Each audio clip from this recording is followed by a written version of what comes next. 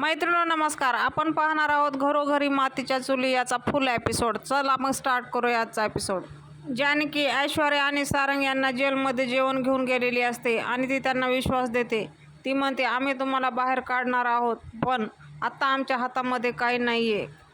पण खरा गुन्हेगार कोण आहे हे लवकरात लवकर समोर येणार आहे. हे ऐकून ऐश्वर्या थोडा विचार करते आणि म्हणते, गुन्हेगार समोरच आहे, फक्त तो आपल्याला दिसत नाहीये. जानकी विचारते, म्हणजे? आणि त्यावर ऐश्वर्या म्हणते, शर्वरीला माझ्यावर संशय आहे आणि मला उलट वाटू लागले.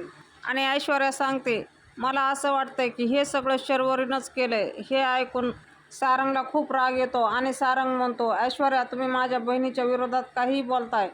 आणि जानकीसुद्धा काही वेगळं बोलत नाही. जानकी म्हणते, ऐश्वर्या शर्वरी वंश तुझ्यावर राग करतात, त्याच्यामुळे तू पण असं करतेस का? हे बरोबर नाही आहे. हे त्यातलं त्यांनी काहीच केलेलं नाही. ऐश्वर्या जानकीला आठवण करून देते, तूच विचार कर ना, म्हणते, शर्वरीची चोरी करणं, त्या राहुलसोबत तिला लपून छपून भेटणं. सारंग ऐश्वर्यावर खूप भडकतो. तो म्हणतो, तुमची हिंमतच कशी झाली माझ्या बहिणीवर आरोप करण्याची? ती तिच्या नवऱ्याचा खून कशासाठी करेल? आणि जानकी दोघांची समजूत काढते आणि म्हणते, आपण कुठे आहोत ह्याचं तरी जरा भान ठेवा. सारंगला सांगते, सारंग भाऊजी तुम्ही शांत बसा. ऐश्वर्या म्हणते, जानकी सारंग माझ्यावर कितीही चिडले, काही जरी झालं तरी मी तुला ठाम सांगते, मी तुला लिहूनही द्यायला तयार आहे की या सगळ्या मागे फक्त शर्वरी आणि शर्वरीच आहे. आणि त्यांचा गोंधळ ऐकून तिथे कॉन्स्टेबल येते आणि त्यांचा बोलण्याचा टाईम संपवते. नाईलाजाने जानकीला तिथून जावं लागतं आणि ऐश्वर्या सारंग न जेवताच जेलमध्ये जाऊन बसतात. जेव्हा जानकी बाहेर जाते, रस्त्यावर चालत चालत तिच्या डोक्यामधून हे विचार जातच नाहीत आणि स्वतःशीच म्हणते, नाही, ऐश्वर्या फक्त हे रागाच्या भरात बोलली आहे, असं काही होणार नाही. आणि इकडे आशीर्वाद बंगल्यामध्ये सौमित्र त्याच्या रूममध्ये चक्रा मारत असतो आणि शर्वरीचं बोलणं त्याला आठवतं. शर्वरी म्हणते, हे सगळं ऐश्वर्यानंच केलंय आणि ऐश्वर्यालाच ती बॉडी कशी मिळाली? कारण तिने हे सगळं केलंय म्हणून हे सगळं तिलाच दिसलं.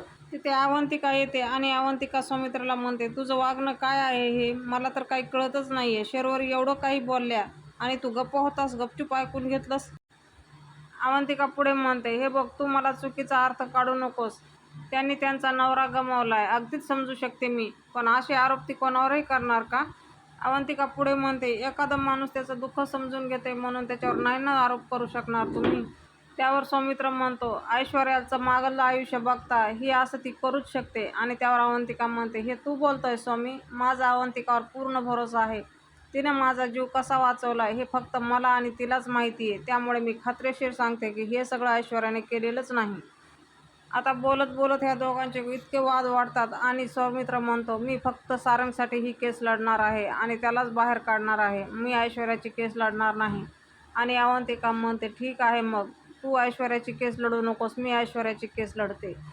आणि मलाही माहिती आहे ऐश्वर्या तितकीच निर्दोष आहे. त्या दोघांचे वाद वाढत जातात आणि अवंतिका तिथून निघून जाते. आणि रात्रीच्या वेळी शर्वरी तिच्या रूममध्ये विचार करत बसलेली असते. तिला आठवतं, ऋषिकेश सांगतो की विक्रांतराव नाही येत आपल्यात.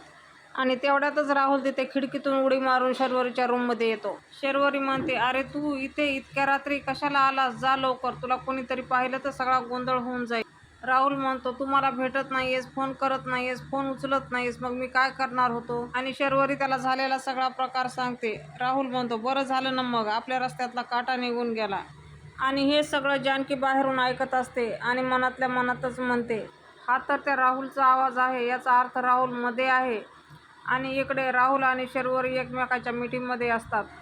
तिकडून अवंतिका जात असते आणि पाहते तर काय, जानकी शर्वरीच्या रूमजवळ कान देऊन ऐकत असते. आणि अवंतिका तिला आवाज देते, जानकी वहिनी. आणि ती घाबरून म्हणते, अगं अवंतिका तू? घाबरले ना मी. आणि त्यावर अवंतिका विचारते, काय वहिनी, काय चालू आहे तुमचं? आणि मग ती म्हणते, ऐश्वर्या जे म्हणते तेच खरं आहे. अवंतिका विचारते, काय झालं, काय म्हणते ऐश्वर्या? अगं विक्रांतरावांचा खून शर्वरीने केलाय आणि हे मी माझ्या कानाने ऐकलंय. आता राहुल मध्ये म्हणत होता, आपल्या दोघांच्या मधला काटा गेला. आणि त्या दोघींचं बोलणं ऋषिकेश ऐकतो. ऋषिकेश जानकीला जोरात ओरडतो, काय बोलतेस जानकी तू? माझ्या बहिणीवर आरोप करतेस? त्यावर जानकी म्हणते, नाही हो, मी आरोप करत नाही, मी स्वतःच्या कानानं ऐकलंय. तुम्ही वाटलं तर आता मध्ये चाला, तुम्हाला दिसेल राहुल आतमध्ये शर्वरी वंशाच्या रूममध्ये आहे. खात्री करून घेण्यासाठी ऋषिकेश, अवंतिका आणि जानकी तिघेजण शर्वरीच्या दरवाजावर ठोक ठोक करतात. शर्वरी थोड्या वेळातच दरवाजा काढते. सगळेजण इकडे तिकडे पाहतात, पण राहुल कुठेही दिसत नाही. शर्वरी ऋषिकेशला विचारते, काय झालं दादा, काय हवं होतं का तुला? त्यावर ऋषिकेश म्हणतो, नाही ग, तू झोपलीस की नाही हे पाहायला आलो होतो आम्ही. आणि ऋषिकेश जानकीला म्हणतो, बघितलंस ना, आहे का इथे कोणी? त्यावर जानकी म्हणते, मी आतमध्ये जाऊन पाहते. ऋषिकेश तिला आतमध्ये जाऊ देत नाही. सगळेजण तिच्या रूमच्या बाहेर येतात आणि शर्वरी म्हणते, बिचारी जानकी, मला पकडण्यासाठी एवढी धडपड केली, पण स्वतःच तोंडावर आपटली. मी तिच्या हाताला कधीच लागणार नाही. तिच्याच काय, मी कोणाच्याच हाताला लागणार नाही. आणि हे तिघेजण येऊन हॉलमध्ये बसतात आणि जानकी ऋषिकेशला म्हणते, माझ्यावर विश्वास ठेवा. त्यावर ऋषिकेश म्हणतो, जसं तू मला बोलतेस तसं मीही तुला बोलूच शकतो ना. अगं शरूला थोडा सावरायला वेळ दे. पाहिलंच ना, होतं का कोणी मध्ये? आणि परत दोघांचे वाद सुरू होतात. ऋषिकेश तनतन करून तिथून निघून जातो आणि अवंतिका जानकीची समजूत घालते. ती म्हणते, वहिनी, नका ना तुम्ही त्रास करून घेऊ. कोणालाही जरी नसला तरी मला तुमच्यावर पूर्ण विश्वास आहे. आणि ऋषिकेश दादाला पण तुमच्यावर विश्वास आहे, पण यावेळेस फक्त बहीणमध्ये आली आहे एवढंच आहे. अवंतिका पुढे जानकीला विचारते, दादा जे म्हणाले की तू कोणाच्या तरी सांगण्यामध्ये येतेस, म्हणजे नेमकं काय म्हणायचंय? आणि त्यावर जानकी म्हणते, अगं त्यांना असं वाटतंय की ऐश्वर्या माझे कान भरते आणि मी तिचं ऐकून हे सगळं करते. हे ऐकून अवंतिकाला धक्का बसतो. आणि मैत्रिणींनो, आजचा एपिसोड त्यांनी इथंच संपवलाय. उद्याच्या भागामध्ये असं दाखवलंय, नेहमीप्रमाणे शर्वरी आरडाओरडा करत असते आणि तिथून पोलीस ऐश्वर्या आणि सारंग येतात. ऐश्वर्या म्हणते, या शर्वरीनेच विक्रांत भाऊजीला मारलंय. हे ऐकून सुमित्रा आई ऐश्वर्याच्या कानाखाली मारतात आणि म्हणतात, माझ्या मुलीवर आरोप करायची तुझी हिंमतच कशी झाली? आणि इन्स्पेक्टर अरेस्ट वॉरंट दाखवून म्हणतात, शर्वरीच्या नावचं हे अरेस्ट वॉरंट आहे. हे ऐकून हवालदार तिथले तिला घेऊन जात असतात आणि शर्वरी म्हणते, सोडा मला, मी काही नाही केलंय.